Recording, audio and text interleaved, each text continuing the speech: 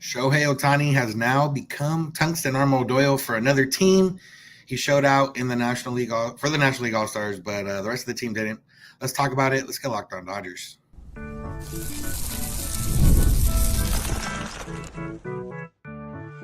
You are Locked On Dodgers, your daily Los Angeles Dodgers podcast. Part of the Locked On Podcast Network, your team every day.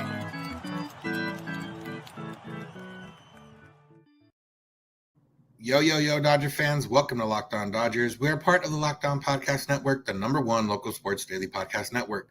Locked On, your team every day. Today's episode is brought to you by Prize Picks. The easiest and most exciting way to play daily fantasy sports. Go to prizepicks.com/LockedOnMLB and use code all lowercase LockedOnMLB for a first deposit match up to $100. This is the daily podcast covering the Los Angeles Dodgers, bringing you the smart fans' perspective on our boys in blue. You can find us where we get podcasts and on YouTube. All you got to do is search for Locked On Dodgers. You can become an everydayer by listening or watching every day, which can be made easier by subscribing and being notified when our episodes are ready or when we're going live like we are here on Tuesday night following the All-Star game. If this is your first time listening or watching, welcome. My name is Vince Samperio, joined by my co-host Jeff Snyder. If this is not your first time watching, but you've only been around for like the last week or so, you might have not seen me a lot, but Jeff's been holding it down. I appreciate him. I've been traveling for work, that type of stuff, and days just get hectic and busy, but we appreciate you. And Jeff and I are both lifelong Dodger fans that have covered the team over the past decade in a few different ways, writing about the team, talking to players, interviewing players, doing this podcast, doing a bunch of different stuff and watching a lot of Dodger games. And while there was not a Dodger game to watch on Tuesday, there were Dodgers involved in a baseball game. And that's what we're going to get into first. The National League All-Stars, once again, after breaking the streak last year and beating the AL, they went back to losing to the AL. However, this time it was not us talking about which Dodger pitcher gave up the runs or how Dodger hitters didn't contribute much to the game. All the runs on the National League side came off the bat of Shohei Ohtani with a 3-run homer. He also added a walk and did strike out once against Mason Miller. But the stat was he was the only player to have all the RBI and all the walks for the National League in an All-Star game. And after one of the earlier games this season where it was a tungsten arm Doyle situation, after countless of those situations with the Angels the last few years, Jeff, it was – if Shohei doesn't hit that, like the National League gets shut out probably. Yeah, I do have to say, though, the tungsten arm O'Doyle stuff, people have to stretch for it since it came to the Dodgers, because the Dodgers have usually, when Shohei does something historic, the Dodgers have won for him. So they got to get a little bit more. Well, it was only that one time when they did lose, and he was the only one. It was a random stat. It's like the guy it wasn't. When he was on the Angels, it was literally doing something historic, and then them losing anyway. But it's still funny, when Ohtani does it, and Ohtani was in line to be. I messaged in a group I'm in. I said, if the National League can hold this lead, Shohei Ohtani is going to be the All-Star Game MVP, because you hit a 3-run homer and your team wins, you're going to be MVP. But unfortunately, Logan Webb had other ideas, although he was maybe helped a little bit by National League center fielder Teoscar Hernandez, who Teoscar hadn't played center field in almost 3 years. And he kind of lazily went after a 2-run single by Juan Soto, let Soto turn it into a double. Soto ended up scoring the tying run. Of course, Jarren Duran's 2-run homer later would have taken the lead anyway. But it was a Giants pitcher who lost the lead, and then it was a pitcher from LA, but not a Dodgers pitcher, Hunter Green, who gave up the 2-run homer. And like you said, I saw our buddy Michael Whitman on Twitter said, what is this, a Dodger game? 3 early runs and then nothing, which is, kind of how it feels sometimes. Yeah, when Shohei hit that homer, I'm like, oh, the National League has a good chance of winning, because realistically, you don't expect last year was 2-1 or 3-2. Like, you usually don't expect too many runs to kind of happen, and it didn't even go half an inning before that lead had evaporated. But Joe Davis pointed out that there were more runs scored in that inning, the 3rd inning or whatever it was, than there were in all of last year's All-Star game. Both teams scored 3 runs in the 3rd inning. Last year, there were only 5 runs scored total. Yeah. So, like you mentioned, it was the homer off the bat of Jarren Duran, which cool. As a Long Beach State alum, he's also a Long Beach State guy. So, in that sense, it was cool. I don't particularly really care if the NL wins or not in the All-Star game. I know some people, like to tie the allegiance. Realistically, it's just I want cool things to happen in the All-Star game, and we got to see Paul Skeens, we got to see Mason Miller face off against Ohtani. Like we got to see an Ohtani homer. There were some other cool things pre-game, during game, all that type of stuff, and we didn't have. Cody Johnson, who did the national anthem before the All-Star game, had a not tough task, but also a tough task. Like you really can't get much worse. But also, if you are worse, you're now the worst ever in anthem. So, yeah, all in all, I mean, like I said, Teoscar played out there. Didn't do too much offensively, but the Dodgers showed out well with the 3 runs that they. Yeah, and Will Smith went 1 for 2. Freddie Freeman grounded into a double play, and I think his only at bat. Following up on yesterday's episode, the singer of the national anthem before home run derby did make a public statement that she was drunk and is entering rehab. So I am glad that I made the decision to not make too many jokes about it. We did have to address it. Obviously, it was newsworthy, but you could tell something wasn't right. And so, good luck to her. I feel bad for her that, because she's not a huge name in country music. And so probably 80% of the people who have heard of her it's because of that performance. Hopefully she can bounce back from that. But Cody Johnson did a much better job. I did discover that Logan Webb isn't as good a pitcher when Patrick Bailey's not back there stealing strikes on pitches 6 inches off the plate, Yeah, that's sometimes how it goes. Logan Webb, he had that good. I mean, last year he was second in Cy Young, so I'm not going to say he wasn't good, but like that 21 run was, I think, peak Logan Webb. He's been really good since then, but sometimes it doesn't work out. And for it to be a Giants, I mean, I like Logan Webb, but like he seems like a okay guy. But for it to be a Giants pitcher and not a Dodgers pitcher, very ideal. Yeah. After Tony Gonsolin, was it Gonsolin at Dodger Stadium? Stripling, Gonsolin. Maybe it was a good thing there were no Dodger pitchers in this All-Star game. But yeah, it was, Ohtani's home run should have been the highlight of the game. Unfortunately, it wasn't. Happy for Jarren Duran, though, future Dodger, Jarren Duran, we'll see. But, happy for him. That's a big moment for a young kid who's having a breakout season. Yeah. I don't know if you have anything else on the game specifically. I don't know if you saw, maybe Rob Manfred dangling the carrot for you that they might go back to players wearing their own team uniforms in All-Star. Yeah, I mean, I guess because it's been 3 years now since they changed that, something like that. And so that sounds like about the right amount of time it would take Rob Manfred to realize that he made a terrible, indefensible decision. 3 years to correct it. Yeah, I guess that's about right. Yeah, Hashtag Jeff for commissioner. Like I said, it was being at the game. If anyone wants that perspective, it was packed house. The Texas crowd, it's hard to gauge crowds at All-Star games because everyone has different rooting interests. But overall, it was, there was a lot of Ranger fans. There was a lot of other fans. I think I saw every team jersey represented at least once. So, it was cool. It was fun. And I'm ready. I know I'm in Los Angeles right here in this little virtual background, but I'm ready to get back to actual Los Angeles. Even though I spend about 90% of the time indoors out here in Texas, it's still, you walk outside right now after the game and it was like, oh, it's still hot outside. And you're not even in the hot part of Texas. Yeah, yeah, exactly. Dallas is relatively, nice. Yeah, it's a little cooler and not nearly as humid. As you get down there to where the Cheaters play, that's real bad down there. Yeah, there was one All-Star who didn't pitch for the American League, but could pitch for the Dodgers maybe soon, hopefully. We'll talk about it. Tarik Skubal and the rumor that the Dodgers could be putting together a package for him. So make sure to keep it locked on Dodgers. Today's episode is brought to you by Supply House. Get supplies from the site that's made for the skilled trades, supplyhouse.com. Supplyhouse.com is the reliable way to order plumbing, HVAC, and electrical products online. Their easy-to-use website is packed with helpful resources and the latest product info to help you get the job done right. Shop a complete inventory of over 200,000 parts from over 400 top brands and get your order delivered right to your door with fast shipping and coast to coast. If you need help with an order, you get expert support and industry-leading service from the friendliest folks in business, and you talk to a real person every time. Pros in the skilled trades can get a competitive edge by joining supplyhouse.com's free Trade Master program. Every Trade Master gets access to a dedicated phone line, free shipping, and discounts on every order. Join the thousands of trade pros already benefiting from their free membership at supplyhouse.com/TM.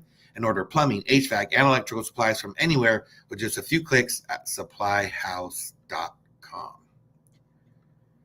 Today's episode is also brought to you by Prize Picks. Prize Picks is fun. First off and foremost, it's America's #1 daily fantasy sports app with over 5 million active members. It's the easiest way to play daily fantasy sports because all you have to do is pick more or less on 2 to 6 player and their stat projections and watch the winnings roll in. And you can get in on the action in states such as California, Texas, and Georgia. You check out Prize Picks, and there's no baseball the next 2 days, but you can check out women's basketball or any of the other sports that are going on. There's esports, different things, but you basically you find a player, you find a stat projection, and you pick more or less. You do that on 2 different people. You choose how much you want to put down, and then if you win some money. So right now, go check out the Prize Picks app, get in on it. I'm telling you, if I'm recommending it and I'm using it, it's fun. It's kept me entertained in the sports world for a few months now. And, I'm still riding on that first deposit match that I had. I'm still playing with house money at this point. You can get that first deposit match with the Prize Picks app. If you use the code LOCKEDONMLB, you get a first deposit match up to $100. That means you can put up to $100 and you'll get matched that in bonus credits. That's code LOCKEDONMLB on Prize Picks for the first deposit match up to $100. Pick more, pick less. It's that easy. I want to thank you for making Locked On Dodgers your first listen of the day. Make sure to find us wherever you get podcasts and on YouTube. Make sure to become an everydayer by listening or watching every day. And if you're not an everydayer, but you don't feel like becoming an everydayer yet, you're not used to that type of commitment, you can just add one show every week. And then after that, you can add one show like a couple weeks down the line, and then boom, you're getting closer to an everydayer. So go do that. And remember, you can go be on the podcast, come to Locked On Dodgers Insider at joinsubtext.com/LockedOnDodgers, where you can get texts of breaking news, thoughts, rumors, things of that nature.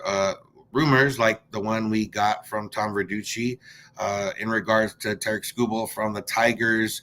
I think I said his first name 2 different times already, but either way, you guys know who he is. You got it right this time, Tarik. Okay, there you go. One, I'll say real quick on Tarik Skubal. I was waiting to speak to him at Media Day, and my day job, I'm trying to ask these players like more off the wall questions. He was speaking, I don't know what media outlet it was, but they were talking about pitching in depth. And I sat there for about 4 minutes waiting, hearing Tarik Skubal talk about pitching, how he cuts the plate certain ways, how he uses different pitches to get different things, how he's planning ahead of time and all that type of stuff. And I came away very impressed from him. And then I come in and ask him, which teammate's on his phone too much. But that's besides the point, is that he really impressed me with just the knowledge and everything else and how he presented himself. And then we got the rumor that the Dodgers, along with the Orioles, may be putting together packages of prospects to try and get him. Is this the move the Dodgers should or need to make, Jeff? Yeah, I mean, it's if Tarik Skubal is available, then the Dodgers should absolutely be all in, and that's what Tom Verducci says. He says sources from the Dodgers and Orioles confirm they are interested in putting together packages loaded with top prospects for Skubal. There's no indication yet whether Tigers president of baseball operations, Scott Harris, will move Skubal, though both LA and Baltimore have the rich prospect capital to make such a trade discussion interesting. Verducci kind of lays out the argument in favor of it, talking about the Dodgers. And he talks about, Clayton Kershaw and Tyler Glasnow and Bobby Miller and Yoshinobu Yamamoto and Walker Buehler and James Paxton and Gavin Stone. And then he summarized it. He says, the Dodgers may have many options for starters, but they have just as many uncertainties. Skubal would give them the certainty to stabilize the rotation for 3 pennant races. And that's basically what it boils down to. Yes, if Tarik Skubal is available, like he is not a first-time great pitcher. Tarik Skubal's FIP last year was 2.00. Tarik Skubal has been a very, very good pitcher for going on 3 years now. He was his 5th year before that was 2.96. So, and we're talking 2.5 full seasons where he is just dominant and he's getting better.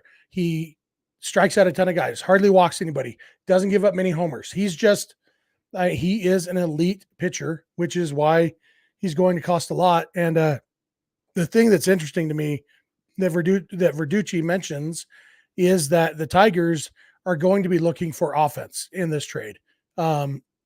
They're going to want hitters. Doesn't mean there wouldn't be some pitchers involved included in the trade, but we'd be looking at guys like Dalton Rushing, Josue DePaula, guys like that, maybe even, who knows what they would be looking for, because if they're willing to trade Skubal, who has 2.5 years of team control left, then they are looking a couple years down the road. And so I don't know if Andy Pages type would be in that trade or not. An actual big leaguer whose service time clock has already started. They may want guys who are still in the minors. But the Dodgers, they've got some hitters at the top end of their system, and then they've got some depth there. But yeah, this is one that if you're a prospect lover, this trade could hurt. But for me, it's, the reason that the Yordan Alvarez, is that his name? Yordan? I don't know why I can never remember that dude's first name. The reason why that trade still hurts is because it was for a relief pitcher. This isn't Josh Fields. This is Tarik Skubal. And so even if Josue DePaula turns into Yordan Alvarez, if you get Tarik Skubal and he helps you win a World Series or 3, then it was totally worth it. You look at Paul Konerko. The Dodgers never should trade Paul Konerko. Well, whatever. Like they got what they needed there. But if you are getting an ace starting pitcher, there's basically nobody off the table. Yeah. And yeah, specifically like ace for the 3 postseasons is obviously the big one. You can say, oh, well, it's 2.5 years. 2.5 years doesn't matter. It's 3 postseasons, which was the same, conversation we had a couple years ago with Juan Soto, and, kind of the way you sell it to yourself when you're going to give a big package of prospects. Unfortunately, or fortunately, depending how you feel for the Padres, it didn't end up being 3 postseasons because they only made 1 postseason with him there. Then they didn't make the postseason, and then they traded him. But, the Dodgers wouldn't be in that position with Skubal. I guess technically they could go that route, like trade him for prospects. And then if they get Roki Sasaki or whatever, and they decide, we can trade Tarik Skubal back and recoup some of those prospects. In theory, they could do that if they really wanted to, which I don't think they would. But yeah, we've talked a lot about there's really no untouchables, I think, in this system right now for the Dodgers compared to years past, especially considering the development system hasn't been as fruitful recently with guys that come up and become MVPs and things like that. It's been guys that have had either good seasons, good moments, good stretches. So I do think right now it's a little bit better than that. You do have a lot of catchers out there. So Don Rushing, as good as he might be, is a little bit expendable. If they want Cartaya, he's now expendable. If they really wanted Liranzo, like another catcher down the line, that he becomes expendable. So I think we've talked about a lot now, and especially with just the core being locked in for at least the next 2 years. Like you got Freddie for at least the next 2 years. You got Muncy for the next 2 years. You got, Mookie, obviously, Will Smith. The outfield's maybe a little bit of a mess, but you could re-sign Teo and figure that out. You got DH locked down. So now's the time. If you don't have untouchables in your system and you have, a 2 or 3 year window to really maximize these guys and what could be their primes or getting towards end of their primes, I say why not? Yeah, absolutely. And, Skubal would be, there's no such thing as a sure thing, especially when it comes to a pitcher, but he's elite. And, Kenny in our chat, he always shoots us down anytime anybody ever mentions Skubal, because the Tigers have said they're not going to trade him. But this is a legitimate guy with legitimate sources saying that both the Dodgers and Orioles are going to try to make the Tigers change their minds. So yeah, right now the Tigers might not be trading Tarik Skubal. Doesn't mean that sometime in the next 2 weeks they won't be.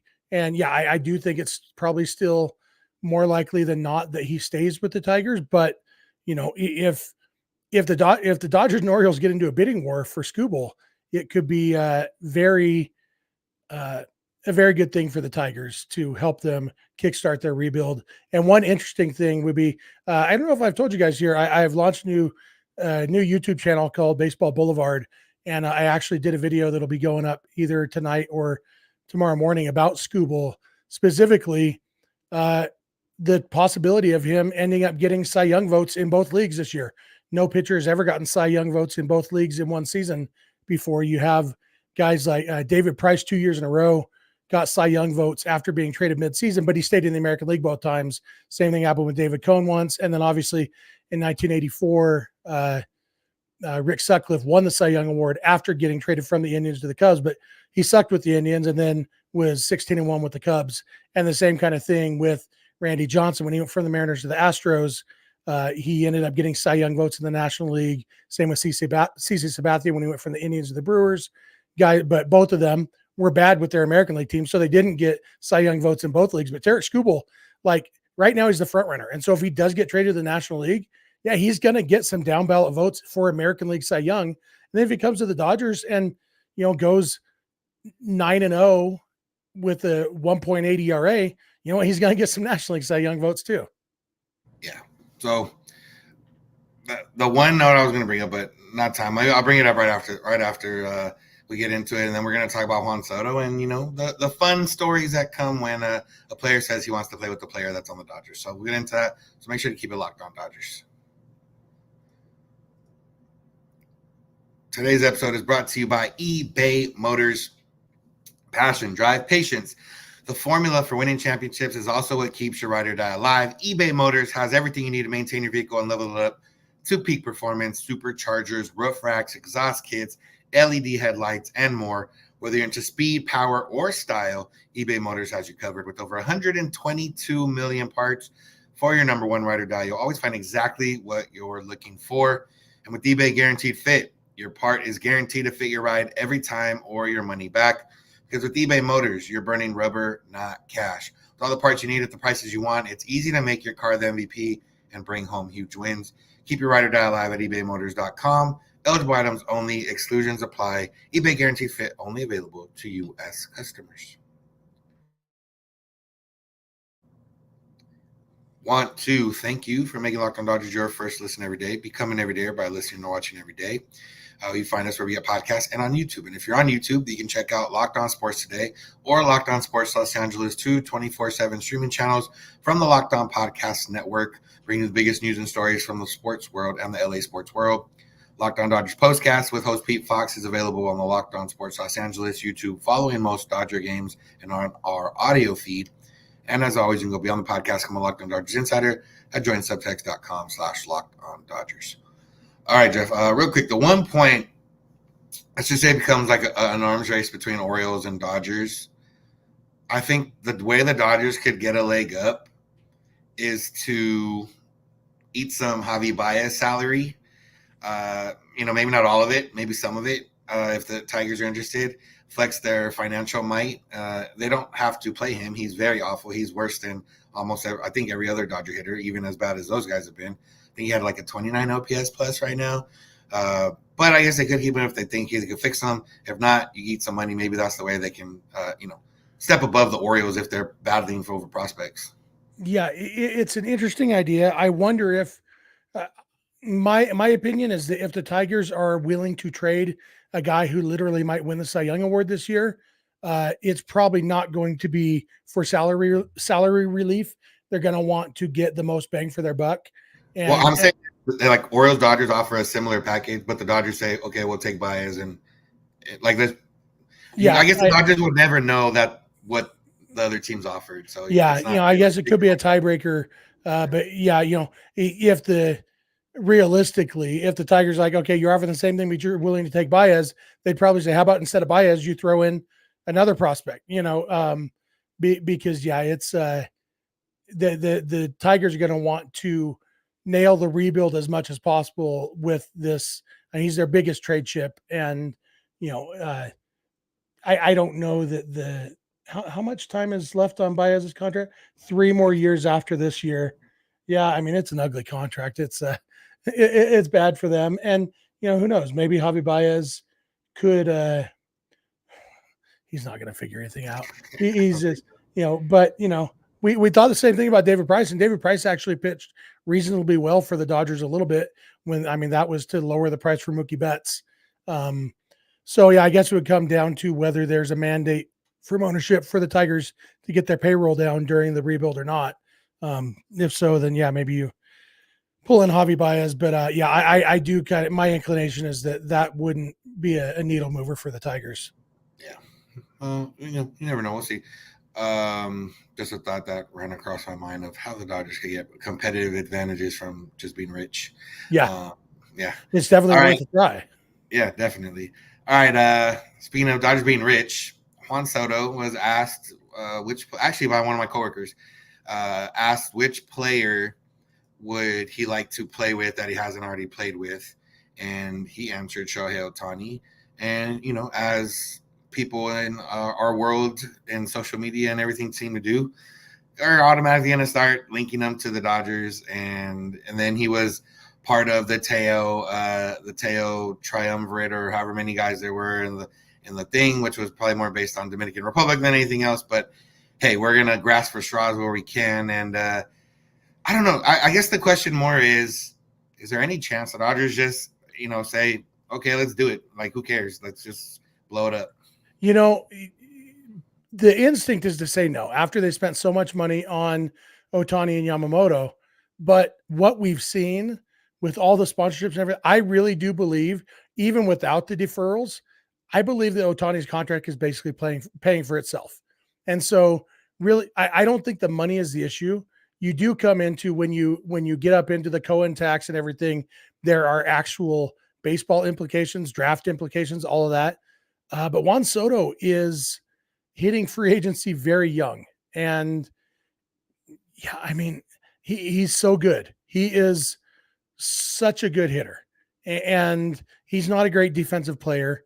But you know what? He's such a good hitter.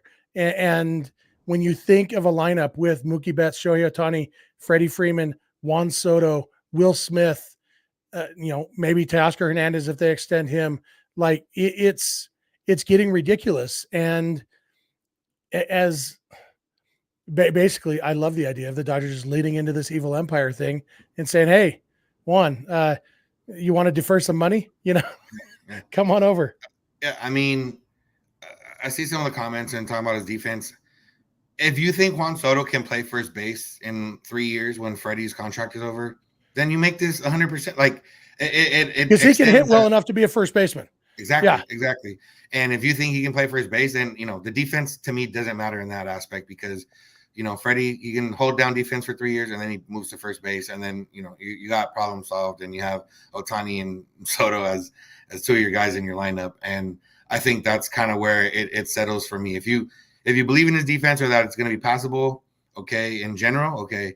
If you think it's passable until a certain time, I know you talked about like with the draft, and maybe some people were saying like, oh, why didn't they draft a young first baseman, because when Freddie leaves, like, why just sign a guy that could potentially play first base after Freddie leaves? Yeah, absolutely. And Soto's defense in the outfield, he's actually been pretty solid this year. Like, and some of that is because he plays right field in a stadium with a tiny right field. So there's not a ton of ground to cover, but also he's a great athlete. Juan Soto, like, there's no reason he can't be a good defensive outfielder. And so I think there's some motivation things at times, and not that there's ever an issue of motivation in a certain locker room down at Dodger Stadium South, but we've seen it before, and we'll see it again. Guys who maybe don't play their best ball down there. And so, yeah, there's nothing about the idea of Juan Soto on the Dodgers that I don't love, because it's not my money. Yeah. And he's had one of the biggest hits of the series two different times to beat the Dodgers in the postseason. The Nationals hit one of the home runs off Kershaw, right? I'm not mistaken there. Yep. And then he had one of the big hits for the Padres in that series in 22. So if one thing, if people that are worried about postseason, and again, it's not our money. The Dodgers are making money hand over fist, especially with all the new Ohtani stuff. Juan Soto could bring in a whole new demographic of sponsors as well. And I think, if you're going to already be paying the luxury tax, you might as well go in. And the other part for me is just like the Nationals offered the big contract, but it was with deferrals. The Yankees have the money, but haven't seemed willing to spend. Maybe they are. I mean, they'll have, they have $300 million contracts right now. And Steinbrenner has said publicly that that's not sustainable. So I have a hard time seeing the Yankees shelling out for him. And the Mets, to me, it's going out to the Mets. Yeah, and why would you want to go to the Mets? Have you seen what they do? Obviously it's about the money, but if the money between the Dodgers and the Mets is anywhere close, of course he's going to choose the Dodgers, right? Yeah, I mean that to me that's the biggest selling point is if he's looking for the deal bigger than he already turned down and bigger than whatever. There's only a handful of teams that can even offer that. Every team can offer it. There's only a handful of teams that would be maybe willing to offer it. Yep. One of those teams would be the Dodgers, and I love Juan Soto as a hitter. I love watching him hit. I love watching him play. Like, he's a fun guy, personality-wise, to talk to and everything else. I like, not that I'm talking myself. I don't need to talk myself into it, and not that I'm thinking it's going to happen, but it just makes sense to me. Yeah. We've been on board for years with Juan Soto. So yeah. Let's answer this question really quick from Kenny in the chat. If the Dodgers win the World Series with Freddie, does he go in the Hall of Fame as a Brave or a Dodger? I think it will come down to some counting stats. He does have the MVP with the Braves. Some people could discount that, writers potentially, I guess, because it was a shortened season. I think he'd have to have a really strong end to his Dodger tenure stats-wise. If he adds the World Series, I don't know. It'd be tough. I think maybe I still lean Braves. I think he'd have to win at least 2 World Series with the Dodgers and be the World Series MVP in at least one of them for it to even be a possibility for him to go in as a Dodger. Yeah, that's a fair take. Like I said, lean Braves for sure. So, all right, Jeff. No Dodger baseball for the next 2 days, but you know that what that means. We might get some rumors. Start getting rumors. They said it's going to pick up after the All-Star break potentially. Sports never sleep. So general managers don't have any baseball for the next couple of days either, so they got nothing to do but talk about, okay, do you want Miguel Vargas? Do you want Gavin Lux? The Machado trade was during All-Star break, right? Yeah, Justin Turner and whoever else were on a boat when they found out that Manny Machado was coming. Yeah. So we shall see. If not, we'll still be here giving you an episode, maybe taking some questions. So if you guys have any, start thinking on them, send them our way. Let's get into how you can do all that. Remember, you can subscribe to us wherever you get podcasts. YouTube, you can come in every day or by listening or watching every day. Tell your friends, tell your family, tell any coworkers, people in your life that are Dodger fans, that there's a Dodger podcast for them 5 days a week for about 30 minutes. And, we're trying to make everybody good and fun and better Dodger fans in the processes, along with ourselves. So thank you all for listening. Make sure to go to Locked On Sports Today or Locked On Sports Los Angeles, 2 24/7 streaming channels from the Locked On Podcast Network, bringing the biggest news and stories from the sports world and the LA sports world. Locked On Dodgers Postcast, available on the Locked On Sports Los Angeles YouTube channel live after most Dodger games and on our audio feed. You can find you can go beyond the podcast from a Locked On Dodgers Insider at joinsubtext.com/LockedOnDodgers. Get text directly from us with any breaking news, thoughts, rumors, etc. Anything that kind of happens in the Dodgers world. We're here to stay on top of it and keep track of it for you. Just a few bucks a month. You can find us on social media, Twitter, Instagram, and TikTok at Locked On Dodgers. Those should be getting more active soon. We're getting some tools over here to help us get some more clips out there for you guys. So make sure to follow before and be along for that ride. You can find Jeff on Twitter at Snydog. I'm at Vincent91. You can DM us for any questions or comments. You can also send those via email, LockedOnDodgers@gmail.com, or via voicemail text at 323-863-5625. We're here every weekday morning, and we hope you'll be here with us when you get in your car, or if you're at home. Text My Advice Play Podcast, Locked On Dodgers. And remember, you don't have to agree. You just have to listen. Have a good one. We'll talk to you tomorrow.